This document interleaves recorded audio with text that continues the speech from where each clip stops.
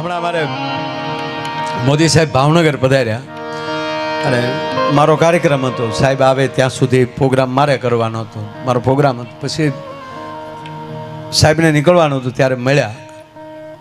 તે અમે બે આમ જે સાહેબનો પ્રોટોકોલ હોય ને કે આમ દૂર ઊભું રહેવાનું, એટલે મને તો આપણે દૂર ઊભા હતા, પણ સાહેબ જોઈ ગયા એટલે ત્રીજે જ પગથિયેથી શું માયાભાઈ કરીને આનંદ કર્યો ને અમે બે આમ હાથ પકડેલા ને અમારા બેના એક એક હાથ આમને બે એટલા બધા હસીએ છીએ. એ ફોટો એટલો બધો મીડિયામાં આવ્યો. પછી મોદી સાહેબ ભાવનગર શું કામ આવ્યા એ કરતા મીડિયાવાળા એ પૂછતા તમે બે વાતું શું કરતા હતા એ કહો. એટલે પણ અમે દાંત કે છે એ તમે મેં કીધું એ તો નહીં કહું, પણ મારે કહેવું છે એ સાહેબ કે એને આગલી રાતે આપણા ભૂપેન્દ્રભાઈ આપણા ગુજરાતના મુખ્યમંત્રી એ ભાવનગર રાતે આવી ગયા હતા. અને ત્યારે અમે જ્યારે બેઠા અને ત્યારે મેં એક વાત કરી, આ સાહેબને બેઠા છે એટલે કહું. તમને એમ થાય કે આ બધાને અમે મળતા હશું તો કંઈક બીજી વાત, ના, અમે અમારી ફરજ પૂરી કરીએ છીએ. એક કલાકારની ફરજ શું હોય? મેં સાહેબને એવું કીધું, ભાવનગરના 2-3 પ્રસંગ કીધા. ભાવનગરનો નિયમ હતો સાહેબ, ભાવનગર મહારાજ કૃષ્ણકુમાર સિંહજી શેલા રાજવી અને સરદાર વલ્લભભાઈ પટેલ આખા દેશમાં પરિક્રમા કરતા હતા. ભક્તિ ફેરી લઈને નીકળ્યો હતો એ માણસ દેશને એક કરવા માટે. અને જ્યારે ભાવનગર પધાર્યા ને ત્યારે 1800 પાદરના ધણી કૃષ્ણકુમાર સિંહજીએ એનું સ્વાગત કરી અને એટલું કીધું હતું કે વલ્લભભાઈ પહેલા વહેલા 1800 પાદર હું તમને આપું છું. પેલું ભાવનગર સાહેબને તો ખબર છે, પણ એ મેં વાત કરી, પણ મેં વાત આ કરી કે સાહેબ નિયમ એ હતો કે કોઈ પણની ચોરી થઈ હોય 1800 પાદરમાં 2 મહિના સુધી એની તપાસ ચાલે અને 2 મહિનામાં એ ચોરી કરેલો માલ ન પકડાય તો જે વસ્તુ જે ચોરાણું હોય એ જે વસ્તુ કે ભાવનગર 3 મહિને આપી દેતું હતું, ભાવનગરના રાજમાંથી મળી જાય. પછી સાહેબ આઝાદી આવી ગઈ, સાંભળજો. અને અમારા દિહોરના એક ખેડૂના દીકરાની ખબર નહોતી કે આઝાદી આવી ગઈ, એને ખબર નહોતી. અને મહારાજ સાહેબને કૃષ્ણકુમાર સિંહજીને મદ્રાસના રાજ્યપાલ ગવર્નર બનાવ્યા હતા ત્યારે આઝાદી આવી ત્યારે. એટલે આને ચોરી થઈ એ નીલમબાગમાં આવી, રાજદરબારમાં આવીને જે પરિવારમાં આવીને લખાવી ગયા હતા. પછી આ ધક્કા ખાય એટલે જ્યારે જાય ત્યાં કે તો બાપુ તો મહારાજ સાહેબ તો મદ્રાસ છે. એ 3 મહિના થયા ત્યારે ખેડૂએ કીધું કે મને એ તો કહો કે મહારાજ સાહેબ ક્યારે આવશે? ત્યાં કે નક્કી ન હોય ભાઈ, એ તો હવે મદ્રાસ રહી છે. અને આ માણસ ટ્રેનમાં બેસતો બેસતો 15 દિવસે મદ્રાસ પહોંચ્યો.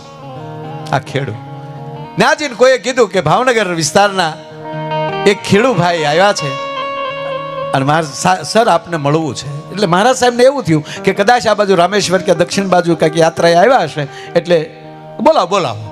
એને બોલાવ્યા. મહારાજ સાહેબે કીધું પધારો. યાત્રાએ આવ્યા હતા બાપા? ના, આપને મળવા આવ્યો છું. મને મળવા? હા બાપુ. મળવાનું કારણ? બાપુ 3 મહિના થઈ ગયા મારા બળદ ચોરાણા. 3 મહિના થઈ ગયા. હા બાપુ, હું નીલમબાગમાં જાઉં આપના દરબાર ભાવનગર જાઉં અને તો એમ કે બધા મદ્રાસ છે એટલે બાપુ અહીંયા તમને કહેવા આવ્યો 3 મહિના થઈ ગયા, હવે મને મારા બળદની રકમ મળી જવી જોઈએ. કેટલાના હતા એ વખતે? 100-150 રૂપિયાની બળદની જોડ. એટલાના રકમ આપી મહારાજ સાહેબે. લે ભાઈ, આવવા જવાનો ખર્ચો આપ્યો. આ ભૂપેન્દ્રભાઈ મેં બેઠા બેઠા વાત કરી છે. ઋષિકેશભાઈ બેઠા હતા, જીતુભાઈ વાઘાણી હતા, કનુભાઈ દેસાઈ હતા. સાહેબ આ રાજાઓની વાતો આઝાદી વયા ગયા પછી હજી અમારા હૃદયમાંથી નીકળતી નથી. એટલા આપી દીધા, રકમ આપી દીધી. પછી મહારાજ સાહેબે કીધું કે તારા બળદકાર જ ચોરાડા હતા કે બાપુ રાતે નિરણ કરી વાડીએ અને હું સૂઈ ગયો અને મને નીંદર આવી ગઈ એટલે રાતના મારા બળદ ચોરાડા. એ કે તારા બળદ રાતના ચોરાડા ને? તાકે હા. તાકે હા ભાઈ ભાઈ અમે તો જાગતા હતા ને 1800 પાદર આપી દીધા. હવે હું રાજા નથી, હું તમારી જેવી રહી જ છું, પણ તમે મારી પાસે આવ્યા છો. એટલે એમ કરીને 2-3 જે વાત જે કરી. હવે મહારાજ ગામમાંથી શ્રાવણ મહિના પહેલા હું ને જીતુભાઈ તો આપ સાહેબ જ્યારે પધાર્યા ત્યારે અમે મારી ગાડીમાં, જીતુભાઈ ત્યારે 3 વર્ષ પહેલા શિક્ષણ મંત્રી હતા અને જીતુભાઈને અમે આ 2 મહિના પહેલાની વાત કરું, મારા ગામની સ્કૂલ પાસેથી અમે નીકળ્યા અને મારા ગામના વિદ્યાર્થી જોઈ ગયા તો સાહેબ વિદ્યાર્થી બોલ્યા કે આપણા શિક્ષણ મંત્રી જાય. એટલે ભૂપેન્દ્રભાઈને એમ કહેતો હતો કે સાહેબ એ 3 વર્ષ વયા ગયા હોય, છોકરાઓને ન ખબર હોય છતાં વિદ્યાર્થીને ખબર હોય કે આ મારો શિક્ષણ મંત્રી છે. એમાં દેશનો કિસાન દોડવો જોવે કે મારો કિસાન મંત્રી જાય છે, મારો કિસાન મંત્રી જાય છે. આવી વાત કરી તો આ વખતે એને કિસાન મંત્રી બને. મારો કહેવાનો અર્થ એટલે મેં એ કીધું કે એવી સાપુ મૂકતા જાઓ. પાત્ર તમને મળ્યું છે, તમને એવી રીતે ભજવી લ્યો. મને કલાકારીનું પાત્ર મળ્યું છે, મારે ભજવી લેવાય તમારી સામે. પછી હું અહીંયા આવીને એમ કહું મને મૂડ નથી ને. એક બાજુ ડોક્ટરે એવું કીધું હુમલો ચાલુ છે, તાત્કાલિક નીકળવું પડે. મેં કીધું મારું ઓડિયન્સ આવી ગયેલું છે અને હવે તમે મને કહો કે અહીંયા એડ મૂકી નો મેળ આવે સાહેબ. મને મારો કાર્યક્રમ પહેલા કરી લેવાય કે મારી ફરજ ન ચૂકવા દે. મૃત્યુ તો છે એકવાર, પણ મોકો જે મળ્યો છે આવી રીતે અહીં બેસવાનો. ચનાલાલભાઈ પરિવારને મારા પરિવારને હું લેના દેના. હું આયરનો દીકરો ત્યાં રહું. અહીં શું કામ? એક મને ફરજ ભગવાને આપી છે અને મને અહીંયા બેસવાનો મોકો આપ્યો છે, એ મારે ભજવી લેવાય. અમારા ભાવનગરની વાત બીજી કરી દો. ભાવનગરમાં મૂળજી આશારામ નાટક કંપની નાટક રમવા આવી અને મહારાજ સાહેબને આમંત્રણ આપ્યું કે બાપુ નાટક જોવા પધારજો. મોતીબાગમાં નાટક. મોહન મારવાડી કાઠિયાવાડી કબૂતરનું બિરુદ મળેલું એને. મોહન મારવાડી મૂળજી આશારામ નાટક કંપનીનું નામ હતું. મૂળજી આશારામ મૂળ લીમડાના, અનુભાના લીમડાના. અને મહારાજ સાહેબ આપ બેઠા છો એમ બેઠેલા ઓડિયન્સમાં બેઠક લાગી ગયેલી અને મોહન મારવાડી રાજા ભરતરી બનીને પટેલ સાહેબ એ સ્ટેજ ઉપર આવ્યો અને મોહન મારવાડીની જે અદા જોઈ કે આ બે હું ભરતરીઓ ભાઈ ભાઈ ભાઈ, બોલવાની લઢણ, હાલવાની છટા. એ ભાવનગર મહારાજ સાહેબને પોરહના પલ્લા ચડ્યા. એ પગમાં હોનાનો હવા શેર હોનાનો તોડો પગમાં પહેરેલો હતો. એ હવા શેર, એ સમયનું હવા શેર હોનો, જ્યાં ઓડિયન્સમાંથી પાઈ જાતી હતી, ઓડિયન્સમાંથી પૈસો જાતો. અને એ ટાણે મહારાજ સાહેબે સ્ટેજ ઉપર હોનાના તોડાનો ઘા કર્યો. લે મોહન, શાબાશ શાબાશ મોહન.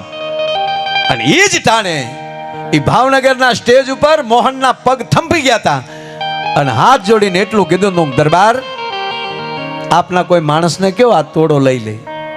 હે, આપના કોઈ માણસને કયો આ તોડો લઈ લે.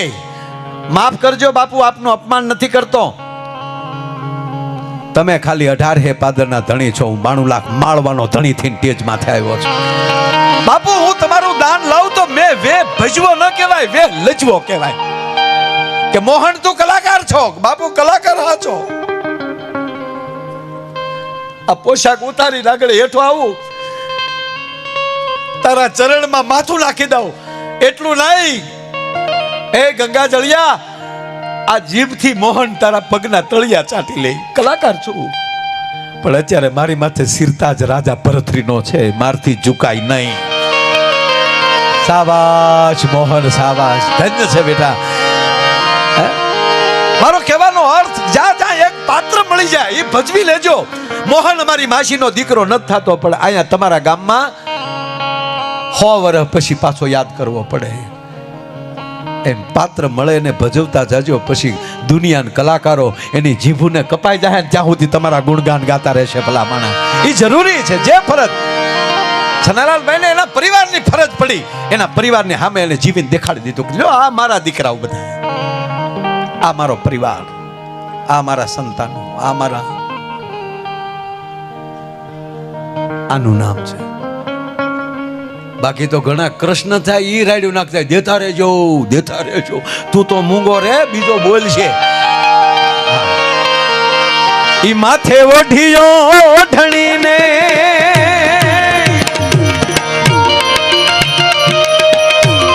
એટલે મારો કહેવાનો અર્થ કે વર્તમાનમાં આ બધાને જોઈ છે તમને આનંદ બહુ થાય. એકલા બેઠા હોય બધાને પટેલ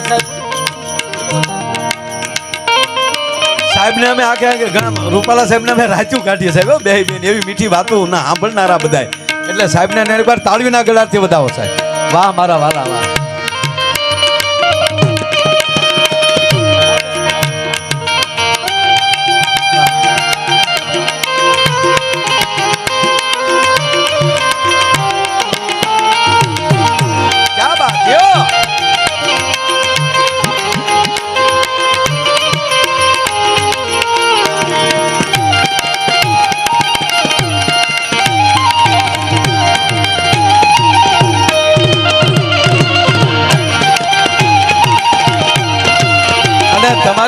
એમાં તાકાત છે હો સાહેબ. આ મધ્ય ગુજરાત, ઉત્તર ગુજરાત, આમાં તાકાત છે આપણી. ઉત્તર ગુજરાતને અમે ઉત્તમ ગુજરાત કહી છે અને મધ્ય ગુજરાતને કાળજુ કહી છે. હા, આનો એક માણસ મોડો નથી. આ તમારો આ વડનગર માંથી નીકળેલો માણસ હે સાહેબ અત્યાર સુધી આવો વડોપ્રધાન ભારતને નથી મળ્યો સાહેબ. આ ગુજરાતની ગાથા છે, વિશ્વમાં ડંકો માર્યો. હા, દરેક દરેક જે ક્ષેત્રમાં બધા ગયા, દરેક પક્ષના ગમે, આપણે આનંદ આવે. ક્યાં વાત.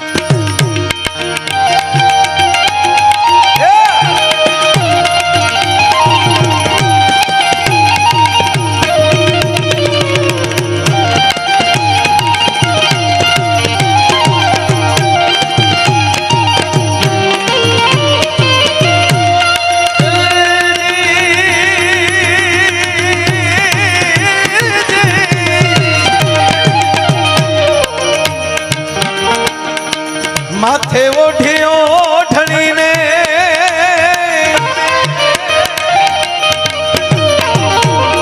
પગે બાજા ગુગારા રે એ જી અમે નારીઓ એ બનીને રાત ભર રહેના રે જોનારા કોઈ મળ્યા રે જી અમની શરણી એ બનીને દુનિયામાં ઉભા રે ચડનારા કોઈ નો મળ્યા રે જી અરે ચડનારા કોઈ નો મળ્યા રે. હવે આ પિક્ચર ને બધું ફિલ્મ ને આવું બધું આવ્યું, બાહુબલી થી લઈને અત્યારે કયું હમણાં ઝુકેગા નહીં, પુષ્પા, સારું કેવા બધા ફિલ્મ આવ્યા. પેલા આવું નહોતું. પેલા આ વડીલો પૂછો નાટક ગામમાં રમવા આવતા, નાટક રમા. હા, તે પાછું સ્ત્રી પાત્રો નહોતા, પુરુષ સ્ત્રી બનતા. અમારા ગામમાં રમવા આવ્યા ને તો રાજા ભરતરીનો જ ખેલ રાખેલો. એટલે અમે નાના નાના એટલે અમને એમ થયું કે સારું આ જોવા તો જવું છે, ભરતરીએ ભેખ હું કામ પહેર્યું, આપણે ખબર તો પડે. ત્યાં ગયા ને તો પુરુષ જ પિંગલા થેલો, સકરિયા જેવી આંગળીયું, અખરૂટ જેવું નાક ને પોપટી કલરનું પોલકોલ, વહેરો વાનો. એટલે અમે તો નાના નાના, અમને એમ કે હા સુગલી. મેં કીધું આવી પિંગલા હોય ભરતરી ભેખ જ લઈને ના. પણ નાટકમાં એ નાટકો રમી રમીને સાહેબ પણ સંસ્કૃતિને જીવતી રાખે. નાટકમાં નાટક થતા. એક જગ્યાએ નાટક રમવા આવ્યા ને એટલે પેલા ઓલો ડાગલો આવે, હાથમાં મશાલ હોય, એ ભલા મોરી રામા ભલા મોરી વગાડીમાં ઘડી તું મીડ્યો તબલા પાછો તું કરો આવે ને ડાગલો મશાલ હાથમાં. આમ ત્યારે કઈ લાઇટું નહોતી, મસાલું રાખતા. એમાં ઓડિયન્સમાંથી એક જણાએ હાથ કર્યો, અહીંયા આવે જ્યાં હોય અહીંયા ડાગલાને જવાનું હોય, કોઈક ફાળો લે. તાને હું છું હજી પડમાં આવ્યો એ ભેગું ગામ સારું લાગ્યો, સીધે સીધો એ કે બોલાયો કાંઈક દેવા માટે. ત્યાં તો ડાગલો કૂદીને વશમાં ગયો. બોલાય ત્યાં બાજુમાં ગયો ને કીધું મસાલ એઠી રાખ. એટલે ઓલે એઠી હજી એઠી કરી, ઓલે હાવ એઠી કરી. ઓલા ખિસ્સામાં બીડી કાઢીને મસાલે હળગાવી લીધી. ઓલાને કે નીકળ. ડાગલો સીધો પાછળનો જે ડ્રેસિંગનો માંડવો કરેલો હતો ને એમાં ઓલાને કે પોટકા બાંધો કે નાટક ઘરે જઈને કરજો. તાકે કેમ આપણી મસાલે બીડીઓ હળગાવે ગામમાં મરી જાય તો 1 રૂપિયો ન મળે, નીકળો. એની વાતો ન રહે સાહેબ. મારો કહેવાનો અર્થ, મારે ઘણી બધી તમારે આગળ જોક્સ કે આનંદ કરવો છે, પણ એની વચ્ચે વચ્ચે કંઈક મીઠી મીઠી વાતો કરવી છે.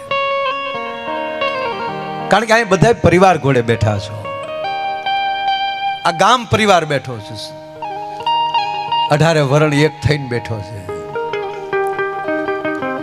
નાના મોટાનો ભેદભાવ ભૂલીને બેઠા છો.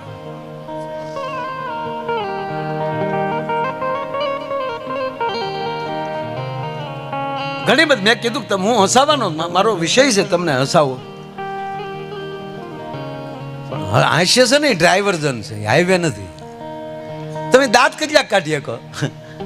હાલો તમારે આગળ પેંડા મૂકી દીધા, પેંડા કેટલાક ખાઈ શકો? હવે એવો ડાયાબિટીસ છે.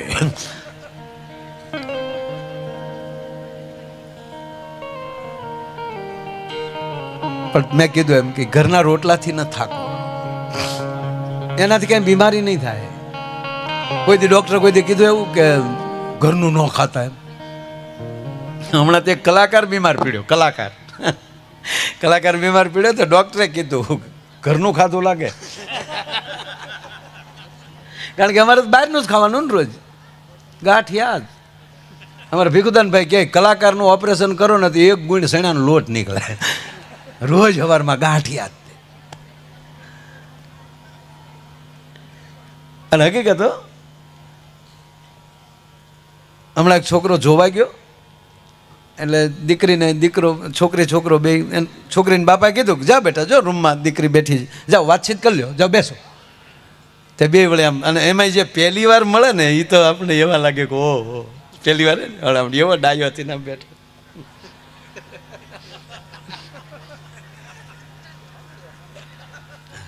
બેનને તો એમ જ થાય કે આ મર્યાદા રામ આની પહેલી જ શીખ્યા લાગે, આવો ડાયો થઈને બેઠો. અને સામે એમ જ હોય.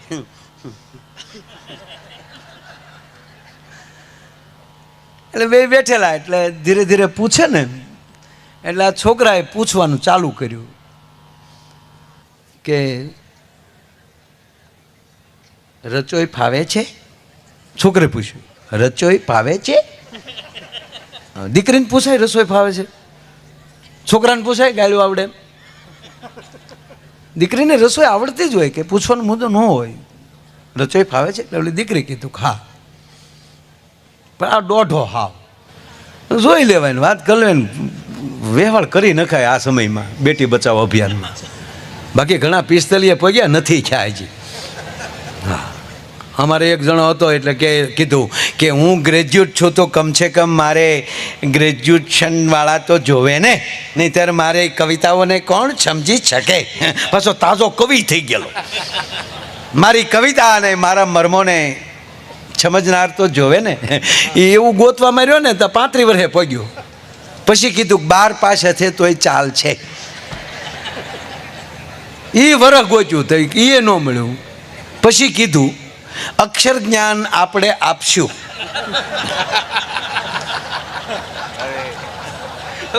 લ્યો તો એને કરતા પહેલેલી ડાયમાનો દીકરો થઈને પરણી ગયો હતો. એમ આવડો પૂછતો હતો બધું. રચોઈ ફાવે છે?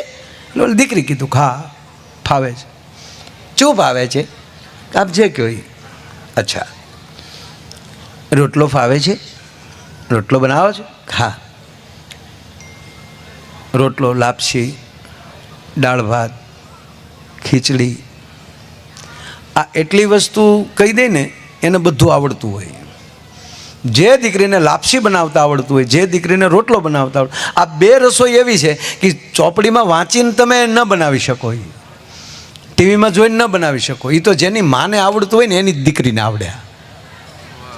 હા, રોટલો બનાવે તો બાપા રાજસ્થાનના શિલ્પકારની તાકાત નથી કેવી આમ ભાત પાડીએ કે હાથમાં વીટીને વેઢ પહેરે ને એની આમ ભાત પડતી જાય રોટલા ઉપર, ત્રાંબાના પતરા જેવો પણ ભાંગવાનું મન ન થાય. અને આ ઘરે રોટલાને ચોપડો, ત્રીજા ઘરે ખબર પડે કોકના ઘરે રોટલો ચોપડાનો.